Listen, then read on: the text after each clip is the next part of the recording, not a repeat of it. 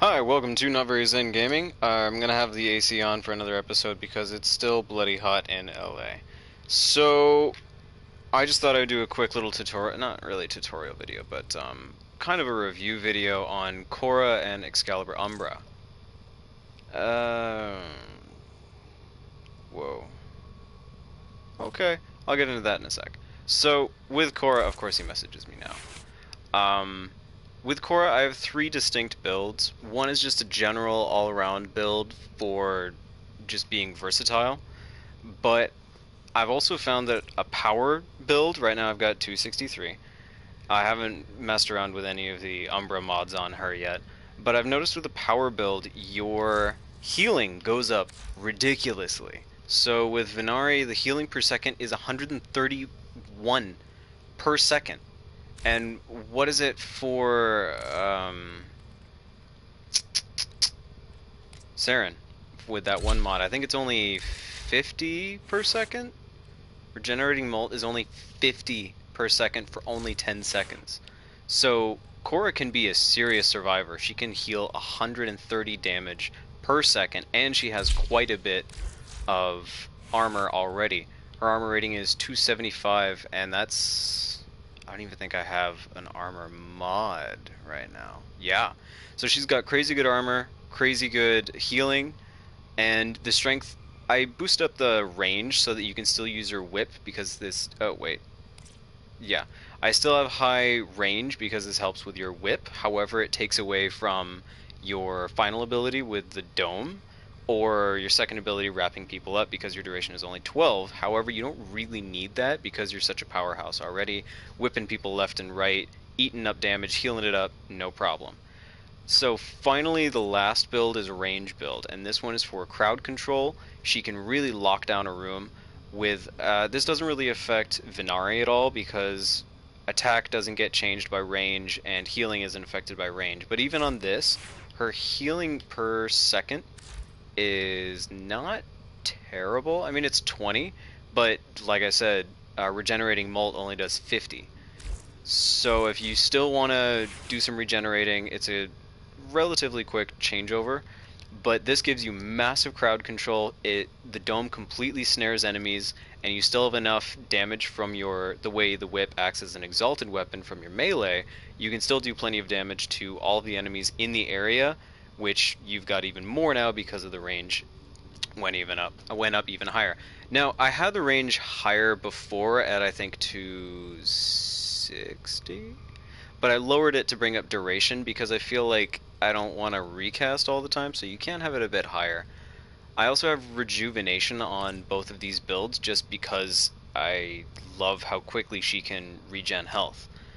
So that's maxing out power and range, but I also have just a lot of fun with her general build, which is a little bit of both. Because you can do a lot of captures, survivals, whatever, and just change on a dime. Now her defense stance for Venari, it kind of sucks. It just disarms enemies, and it only disarms certain enemies. So you have to target an enemy and tell Venari to take that out. She will occasionally do it on their own, but it's not very consistent. Attacking is very strong. The snare damage 539 versus what's my power at? 920 damage per second, and I think that happens over 3 seconds. So she can really, and it's slash damage too, so it does a lot of damage. So all in all, Khora is a very interesting frame, and I do like her a lot. I like the way that she works, but I also feel like there are a couple other frames that do things that she can also do. Like, she's kind of got a Vauban ability, snaring all the enemies. She's kind of got a regenerating Molt. She's got crazy good armor. She's fast. That's my favorite thing. Whenever Venari is alive, which is most of the time, all you gotta do is cast the third ability, bring Venari back. She gets a speed boost on just everything, running, whatever. And it's an incredible just passive ability, along with the passive ability of whatever Venari is doing at the moment.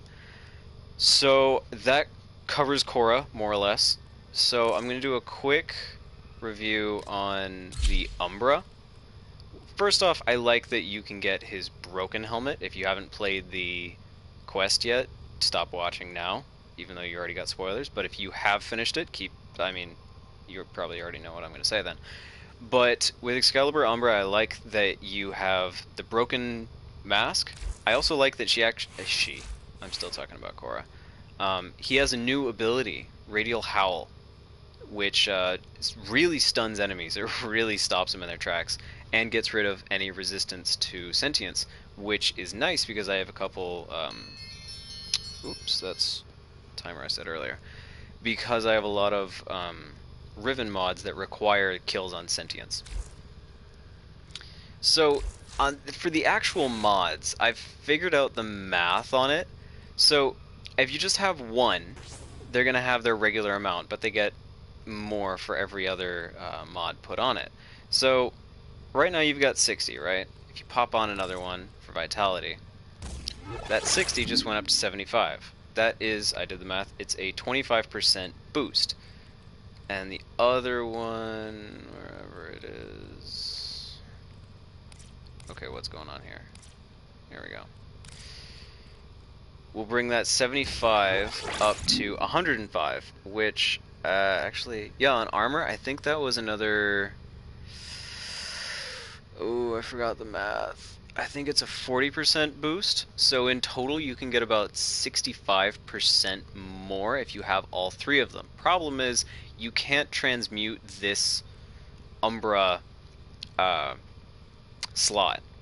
You can't make anything that slot, and each of them is a 12, 13, and up. So you need to do a lot of forma just to fit any of these, and the only reason you'd really want to run these instead of their normal ones is if you're going to run multiple, because they all boost each other by another 25 to 40%. I noticed a slight inconsistency with Intensify. The first boost was in fact 25%, but the second boost, when I did the math, it was only 20%, not a 40% boost, which does kind of make sense. It is power strength, but maybe I did the math wrong. So, I don't really feel like it's worth it, honestly, because that's 3 whole mod slots that you got to use up just to make it above and beyond the Call of Duty, and... Oh, shit. Was that creating an echo? I hope not. Well, I already have the AC on. Anyway, you're going to have to do a lot of forma just to make them fit and to make them worthwhile, and it's going to cost a straight up almost 1,000,000 credits on each one to max it out. Wait, 1,000,000? No, not 1,000,000.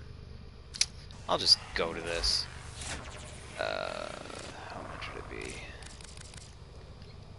be? Yeah, it's 2,000,000 credits and a lot of endo just to max them out.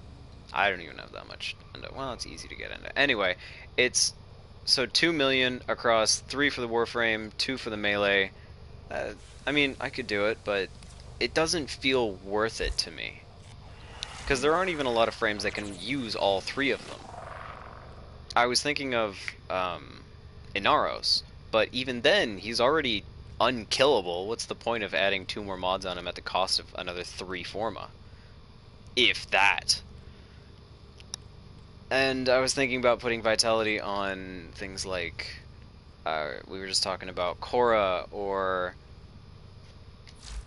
I keep wanting to call her Regenerative Molt. That's not her name. Where is she? Yes, Saren Prime, or just regular Saren for that matter. But again, it's not that much, it's not enough of a boost to make it worth my time, I feel. Anyway, that's my review on them. They're kind of overhyped, in my opinion. And thanks for watching. This was NotVeryZenGaming. I don't even know what to say. Stay tuned. I don't do videos very consistently, so don't actually stay tuned, because don't hold your breath is what I'm saying. Anyway, thanks for watching. This was NotVeryZenGaming on Warframe, and until next time, have a good one. Thanks.